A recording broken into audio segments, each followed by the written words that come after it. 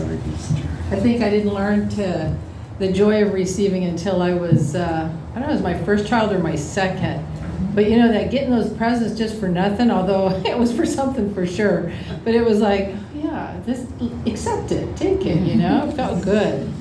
I remember my first teacher, one of my first teachers, Reverend Florence King, you know, she said, well, honey, why would you keep anybody from the experience of giving?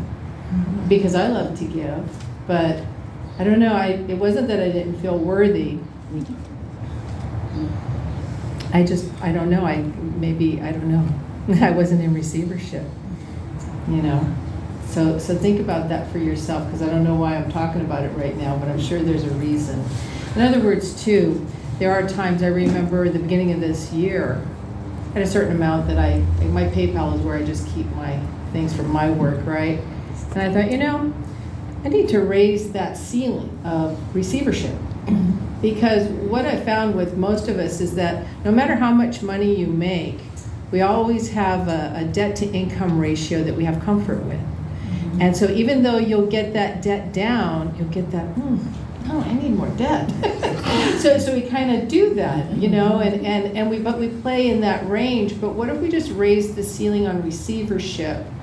And then the thing is that too, you become more open and there's more space around you. And just because you have that doesn't mean you have to dump it all in some place and release it. Allow yourself to be in the space of abundance, the space of receivership, all right? Because I think most of us don't feel comfortable with what we have, or will I be responsible? Am I responsible? Will I change as a person? Or we don't want to shine too bright, But that's not a reason to shine bright because you have financial abundance. But abundance of health is a great reason where you will shine bright. And health comes from the health of our mind and the health of our actions and the health of our thoughts and what we are creating in our daily life. So, I'm sure they had a reason for that. Okay, so what they gave me today was called Attune to Your Instrument. So when I sit down, they just tell me what, I don't know what you guys will need, and they just start bringing it in. And but when they speak of attune to your instrument, they mean your body instrument and all the layers of this body that we inhabit, meaning your physical body, your emotional body, your mental body, your astral body, your spirit body, all the layers, and all the layers that we don't know that we have, that we cohabitate with and in. So I'm going to start with John 14, 2 through 6, because they mention in my Father's house are many mansions. Most of us are pretty familiar with that. And this is where he is speaking to Thomas. And he says, in my Father's house are many mansions, and if it were not so, I would have told you. Now, why do you think they told us there were so many mansions, so many different avenues and places to go and see and visit and get to know? I go to prepare a place for you. And if I go and prepare a place for you, I will come again and receive you to myself, that where I am, there you may be also. And where I go, you know, and the way you know. Now, how do we know? We know by communion, by speaking to that essence. Now, Jesus is our elder brother, so that means we're the same, all right? That same essence that he brought in to his lifetime is the same essence that we have with us. It's that flickering spirit light body that never dies. And that's what he really wanted us to be very attuned to, and to lean into that, and to lean into it with trust, no matter what the external circumstances were. Thomas said to him, Lord, we do not know where you are going, and how can we know the way? And Jesus said to him, I am the way, the truth, and the life. So he was a way shower. No one comes to the Father except through me. Now, this has been a very polarized statement for many, where people want you to commit to one way. The Father is creation. Okay, all that is, was, and could ever be. And so until you let go of the reins and fully embrace that vision for you, that undulating, freeing vision for you, which you don't have to. We'll have many lifetimes where we haven't. And where we have, and then we came back in and said, oh, I'm not going to do it this time. Because we're learning all these different facets of ourselves. So this is what they gave me to share. Principal players in your life come in many spectrums of light. They can be golden and turn to silver in no time. For gold has more value, and silver can tarnish. For one sees what one is ready to see. When one is open and sees one another as they truly are. Multiply all the layered spectrums of an ever-changing light according to their habits, thoughts, words, and deeds. So we see people as we are, not always as they are, unless we can be comfortable with where they are. And my mother loves to fix people. She wants to get you a man, and she wants to get you a job. She hasn't always been happy in her relationship, but nobody would know that, and she hasn't had to work too much in her life. But that's her mission, is to find the broken, or if you're not broken, she'll focus on that and try to help you with it, whether you want it or not. But that's okay. That's my mom. All is written in the light spectrum, but only those whose eyes are clear can see the ever-changing light that everyone has. So when people are standing up here talking, it's really easy to see a lot of the energies around them, because the power, the energy that's been built up on this platform, and the energy that's been built up in this church from all the beautiful love and service that everybody has given is already standing here waiting for us to just stand in it. But in a moment's notice, you step away from here, and it's not just here, it's everywhere. They're in your home. You know, I remember I used to love, like everybody, we're all out looking at houses. Remember that era? I had a hair salon, and this girl said, you know, her mom had brought her in, and she goes, my mom keeps looking at houses, you know, going around all these different times of the night looking at them. That was my favorite thing, like 11 at night with a flashlight. I found our treasure, right? But actually, I was just picking up on the energy of everybody wanting real estate, right? And liking that real estate. So, but what I would find is that when I came home to my home, I was like, oh, this is home. This is my house. Because the energy was built up there. So, you know, you build that energy up within yourself, and then wherever you are, you carry that around with you, and it can complement where you're at. You know, I think just by you applying those seeds to your life, those seeds of truth and light are what you feed people without even saying a word, just being in their vibration.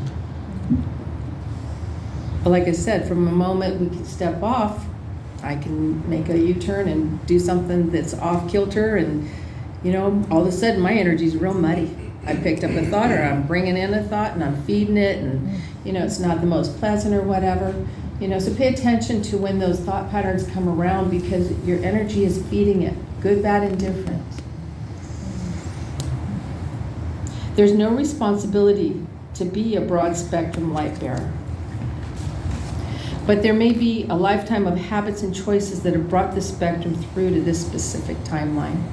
So a lot of you have come in with certain talents and abilities that seem so much easier to, you know, when somebody looks at you, they go, oh, you know, that's easy for you, you know, because you're this or that. And well, you kind of came in with that vibration, you know, through other lifetimes.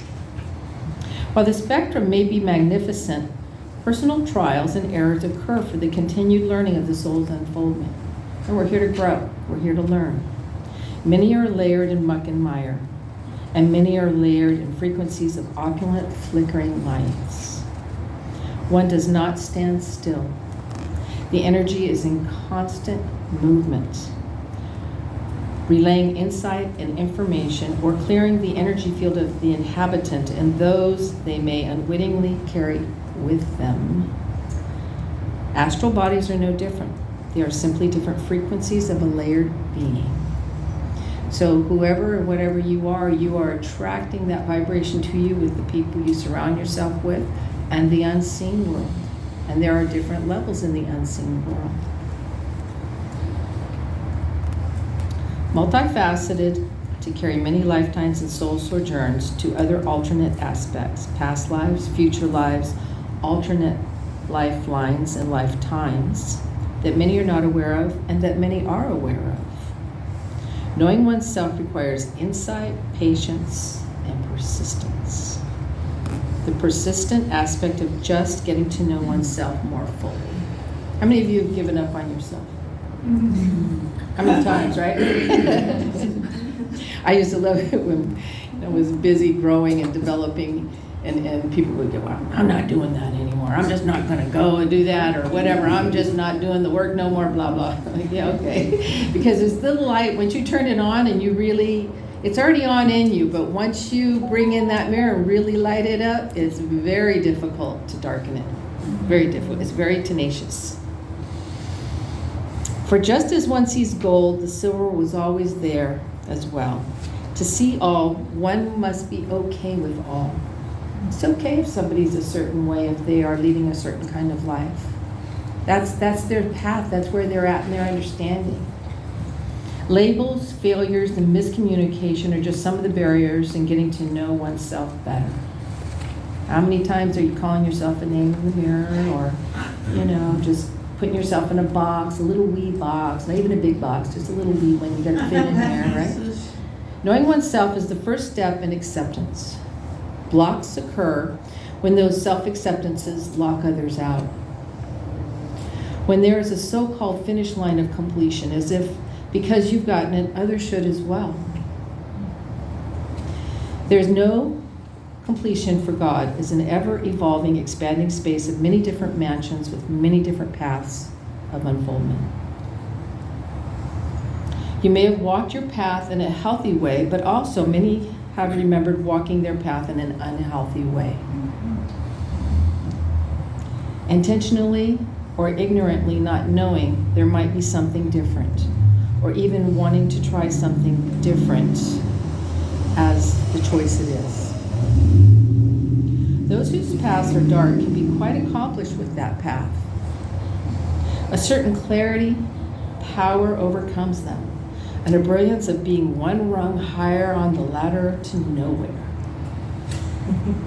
Power miscalculates much that trips one up. For the power is intriguing, illuminating, and playful. You choose how to acknowledge that power and whether or not to blame another for missteps when learning about that power. The power is best assembled upon your own understanding, not another's, for you alone will answer for all your good. So just as I shared about my mom, I had to outgrow that, And of course I had to blame her for a while, sure, why not? Because if she had outgrown it, then I wouldn't have to be working through it. That was the main thing. But we also do that with our teachers that we follow, or anybody that we put on a pedestal. You never really want to be on a pedestal because the only place left is down, right? So forget the pedestal. Walk on solid ground. These are not forecasts of doom, but they are words that when fully understood can lead you home, inside. The temple of the Most High is inside each of you, awaiting to open new doors to you. Doors open when the energies are working cohesively, when everyone upon the soul path is aligned. For many are in our lives and play different parts, just as an orchestra can sound beautiful when the conductor does their part. Each individual instrument not only must be played well, but must be attuned, or else no amount of hard work from the musician can make it do what has not been attuned to do. Each of you has an instrument to play in your life, and it is you, playing at being you. How many yous have you played in your life thus far? Many, we assure you. Some of the parts you played you thought were quite good, excellent even. We like those. But were they? Most often we see each of you awakening to those ahas, Those epiphanies in consciousness where you understand you more fully. I love those. Even the dark stuff, it's like, oh wow, man, I had no idea. I just, and then you think you know, but you didn't know. So it's always showing you more. An ability to help another does not make you better, any more than the tax person who does your finances proficiently. Although it is better than somebody that's not proficient. For each of you are walking yourselves home to more of you. An ever-present flux of new happenings are upon you all. So lighten up. And this is a pun, they say. Yes, we get that we're speaking on frequencies, colors, growth, and the light that emits as a result of your playing out, learning to the best of your ability. The masters agree we are in a different spectrum of light and energy you've yet to know. However, we see many of you do know us and acknowledge our part in your sojourn. Hallowed ground is what you walk upon, so walk softly. Carry a light stick. And look in the mirror, for the best reflection of you is still unfolding. Laugh, beg, hope, and claim your lights. For the light is always ready to give, is it not? Begging is a humble place of understanding you alone do not rule the universe. Now that's just a bummer. That everyone counts. Each hair on your head is accounted for. Hope helps you let go of you doing the work as the master of the universe and allows you to be in partnership with the plan. The plan that all creatures, big and small, must play their part in the fullness of what wants to reveal within itself to you, child. Claiming your right to shine is simply realizing that you are ready to shine. So why throw a rug over your light, then blame another or circumstances for that action? Own your light, be the light you are, but realize you alone are not the light. You are vital to the plan. And your vitality to shine, get up, fall down, laugh, and know that there are many, many doors to open. Never-ending doors of confidence, joy, revelation, and openness to reality as it is. Not as you think it is or as you assume you know it to be. Be ready to be fulfilled, filled with joy, and knowing another day of earth life is upon you all. Enjoy each moment and give that joy to another by being it. We bid you adieu and wish you to love up, let go, and be one feather in your team of light. And now he's sharing little poems, whatever, little things after. Being a spectrum. Being a spectrum, one only needs one ingredient, love. It is the light, sound, and spatial knowing that all is unfolding. Many different tones to attune to, and only one to know, thyself as thee, a whole one feather. Thank you all so very much.